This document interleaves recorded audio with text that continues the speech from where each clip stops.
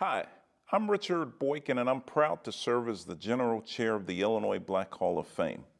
I am honored to introduce to some and reacquaint to others a new monumental undertaking, the Illinois Black Hall of Fame. The Illinois Black Hall of Fame was established to showcase and highlight notable African Americans with an Illinois connection. The mission of the Illinois Black Hall of Fame is to honor the past, celebrate the present, and inspire the future. The Illinois Black Hall of Fame provides a venue to tell the story of Black achievers while simultaneously celebrating the national Juneteenth holiday of freedom.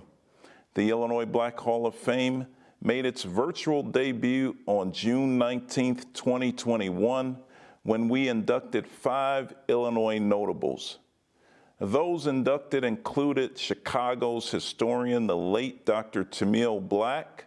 We are especially honored to have inducted this 102-year-old historic icon as the first inductee into the Illinois Black Hall of Fame.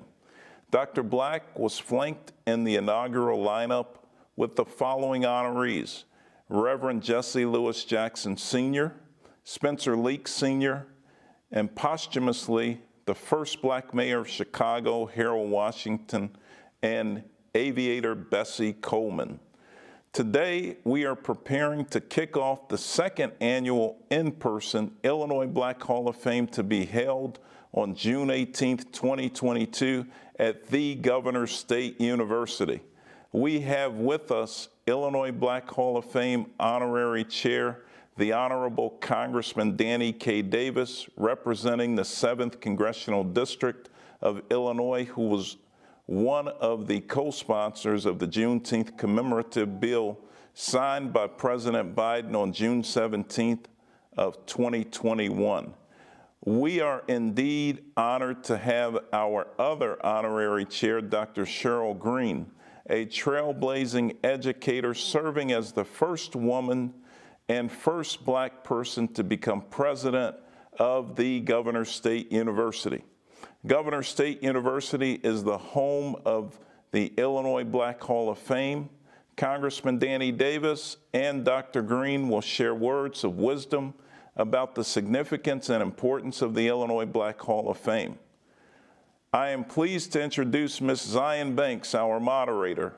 Zion is a skilled media relations professional who serves nonprofit organizations. Welcome, Zion. Thank you, Chair Boykin. I'm so honored to be here tonight to introduce the Illinois Black Hall of Fame's 2022 class. I'm sitting here with the GSU's 6th President, Dr. Cheryl Green, and the Honorable U.S. Congressman Danny K. Davis. Thank you both for joining us in the studios of CAN-TV. Thank you. Thank you. So like I said earlier, we'd like to launch the 22 class of inductees, but first, Congressman, can you please share with us a little bit about the Illinois Black Hall of Fame, its origins, and the mission? Well, first of all, Zion, thank you. And I want to commend Attorney Richard Boykin, my dear sister, Dr. Ciola Davis Barnes, Dr. Green, and all of you who've been involved with conceptualizing and creating this tremendous activity. It is important. It is important because Illinois is one of the most important states in the entire United States of America and has contributed significantly to what this country is. And of course, anybody who knows anything at all about history know that African Americans have been a hallmark in terms of what we have contributed to the state of Illinois. And oftentimes when I walk among people and see people, I'm reminded that we are often walking among giants and think they're midgets. And you don't have to go any place. I mean, you can be walking on 63rd Street, on 79th Street, on 16th Street, and there is a significant Black person who has all kind of accolades that could be bestowed upon him or her. So, speaking of significant contributions, can you remind us what the mission is of the Illinois Black Hall of Fame?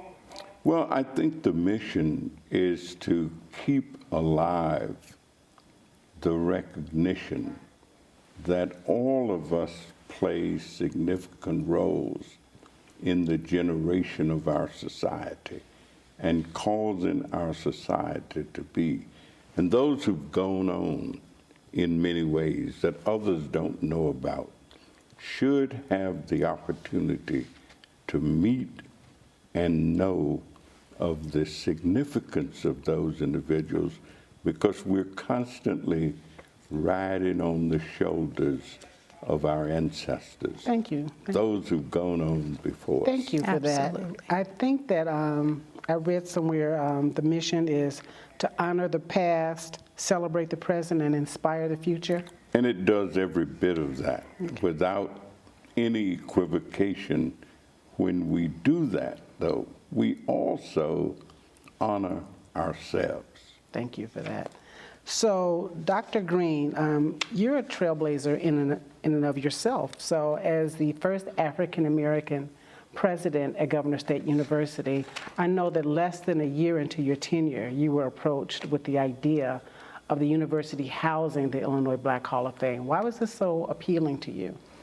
Well, first of all, I was very honored to receive the phone call from Dr. Ciola Barnes, one of our outstanding alumni who received her master's degree in 1975 from Urban Teachers Education Program at Governor State, and of course, the distinguished Congressman Danny Davis. And so I'm a person who knows the importance of history in terms of educating people about the power, the purpose, and the promise of our culture and our impact, as Congressman Davis said, on the state of Illinois, on the region, and on the world. And so I am very excited about hosting the Illinois Black Hall of Fame at Governor State University.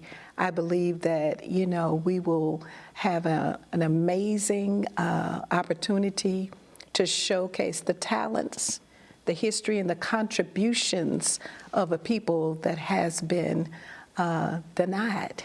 And this is a mechanism where we can change that, where we can transform lives for all people by understanding more about the history of Black people.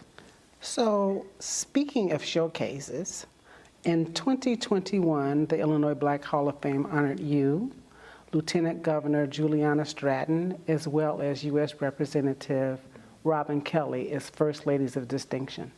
How did it feel to be included in that elite club? Well, that is a powerful group of women to be associated with. Their impact on the state and in government and in our communities is unparalleled. And so to be included as an honoree with that group of leading women was really a tribute to me. And I'm excited about that because I think my contribution is about education. And so I've dedicated my life to empowering others and creating access to education, because I know that when our community, our citizens, our students are able to enter the domain of the college environment and pursue their dreams and aspirations, they are also able to gain economic power. They're also able to be enlightened about their rights. And I'm just a tool to help facilitate that. And so I thank the Illinois Black Hall of Fame for the honor of being included among such highly distinguished women. Your passion is just so inspiring, and it makes me think about another educator who was honored in 2021. In fact, the first honoree at the Illinois Black Hall of Fame, Dr. Timuel Black, the late Dr. Timuel Black. Congressman Davis, is it true that his personal archives included letters from Dr. Martin Luther King? Well, let me tell you, Tim Black's archive included a lot of things from everywhere. I mean, Tim Black is one of the most fascinating individuals who've ever lived on the face of the earth. Wow. Whether it was in Illinois, California, Mexico, Wow. Okay. Africa. I mean, to be 102 years old, but to have devoted your life, as Tim did, to trying to make things better for others. I always say that Tim was the first bona fide activist that I ever knew and knew well.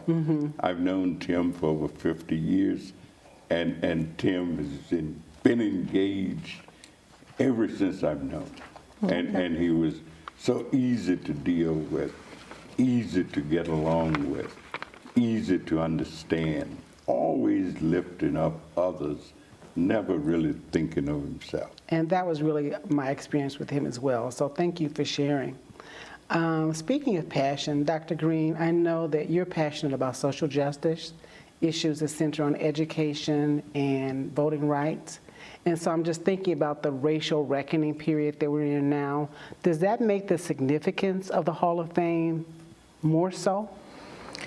I would think so. And let me just start by saying that America has been dealing with racial reckoning since its inception. So this is the latest iteration of that racial reckoning. But throughout the history of African and African American people in this country, we have had challenges, we have had struggles, we have had injustice. And so I think that a museum like the Illinois Black Hall of Fame showcases not only the stories that people know that are uncomfortable and unflattering, but it showcases the achievements. It showcases the pioneers. It showcases the leading citizens who are transforming their communities and opportunities for Black people. And we need those highlights. We need those beacons of light to shine to shine a path for future generations. And we have to understand not only our history as it prepares us for our future. And I see the Black Hall of Fame doing that, not only for Governor State University in the Southland, but the state of Illinois and the rest of America. So you kind of see it as a destination, it sounds like. Yes, I see it as an opportunity to provide critical information that is not always shared, not always easily accessible, not always highlighted. And what I like about it is we are controlling the narrative. This is not someone else's description and story of who we are and the impact we made. We are controlling the image, we are controlling the narrative, and in that sense, we are creating the impact that we want to have. Thank you. Thank you. I love it. So looking ahead, Congressman Davis, can you share with us who the honorees are for the 2022 class? I understand there are 6 or 7 categories and 6 honorees. Well, I know that some of them, and I may not remember all of them, but Dr. Jeremiah Wright, you know, every one of the individuals that I can think of that fit into the category and is in fact the honorees are individuals that you can just look forward to. I mean, individuals who've already contributed in such a way that everybody, anybody would want to know who they are, would want to know what they do. Dr. Blondine Davis, you know, even though I live on the other side of town, I'm aware of the tremendous impact and influence she has had on education, even when she was in Chicago, but then when she left and came to the Southland. I think of Dr. Linda Murray, a woman that I've known since she was a medical student. And of course, Linda, those of us who've worked in health knew that Linda went right to the nitty-gritty of things. Then she became president of the American Public Health Association. And right now she's still professing over at the University of Illinois at the School of Public Health. And I've tried to get her to do other things to be national in a certain way. Dr. Willie Wilson, how many Willie Wilsons are there in the United States of America? Unbelievable, unusual person. You know, I sometimes know these things about people, and I've been to churches on a Sunday afternoon where Dr. Willie Wilson would force people like myself and Richard Boykin to sing. You know, I mean, yeah, he does this singing piece, and then he gives everybody their contribution. Emile Jones, one of the most productive periods for the state of Illinois was that period when Senator Emile Jones was president of the Illinois Senate, and I always loved him for that. I always tell him he retired too soon. He quit when he should have been still working. Dorothy LaVelle happens to come from the same place that I grew up, state of Arkansas. As a matter of fact, Dorothy went to Merrill High School, which was such an important high school that the guy who was president of the college quit the college and came over to be the principal of the high school. But her husband was indeed a pioneer in communications and developed and owned the Crusader newspaper. And after he died, then Dorothy at a young age just took over, took charge of it, and has made it what it is today. And of course, Dr. Jeremiah Wright, if you talk about preaching, nobody ever preached like Jeremiah Wright. But Jeremiah Wright preached a message of truth and a message. So all of these individuals are people who fit right in with the mission of the Hall of Fame and the mission of Governor State University. And, you know, the fact that I know them all personally, that kind of says something to me. So there's one more on the list, John Rogers. Oh, John Rogers, let me tell you, John Rogers is one of the most fascinating individuals with a tremendous history of learning about this business of capitalism and investment.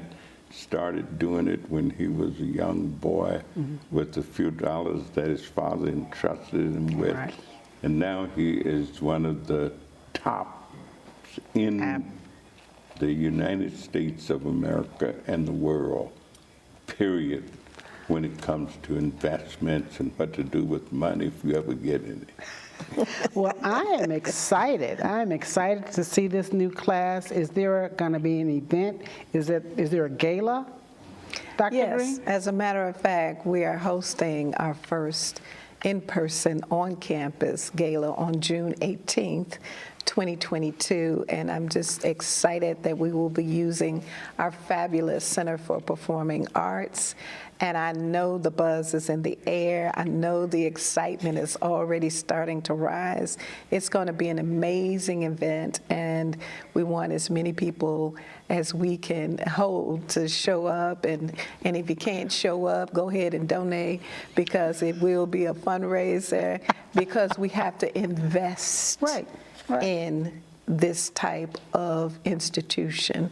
We have to invest in building this legacy so that it is sustained. We don't want a one-time event and everybody come and have fun. We want to build a pipeline of future activities and events and people to highlight for the Illinois Black Hall of Fame. So I'm glad you said legacy, because you are hosting the Illinois Black Hall of Fame Gala on a very significant day in 2022. So, Congressman Davis, it's Juneteenth, and I understand that you had a role in creating Juneteenth. Oh, I was in the room when the president signed. I got my Juneteenth pin, but the reason I was in the room is because I had introduced several pieces of legislation involving Juneteenth. As a matter of fact, President Barack Obama, when he was in the Senate, one year we would do an event in the House that I would sponsor, The next year, we would do an event in the Senate that then Senator Barack Obama would sponsor. So we've been engaged in pushing, but that's an indication that sometimes it takes a while for things to happen before they come to fruition. So Juneteenth reminds us to never give up, to maybe give out, but don't give up. Keep pushing. People used to say, you'll never have no holiday for Juneteenth. There won't be any such thing. I've heard that so much until it wasn't funny.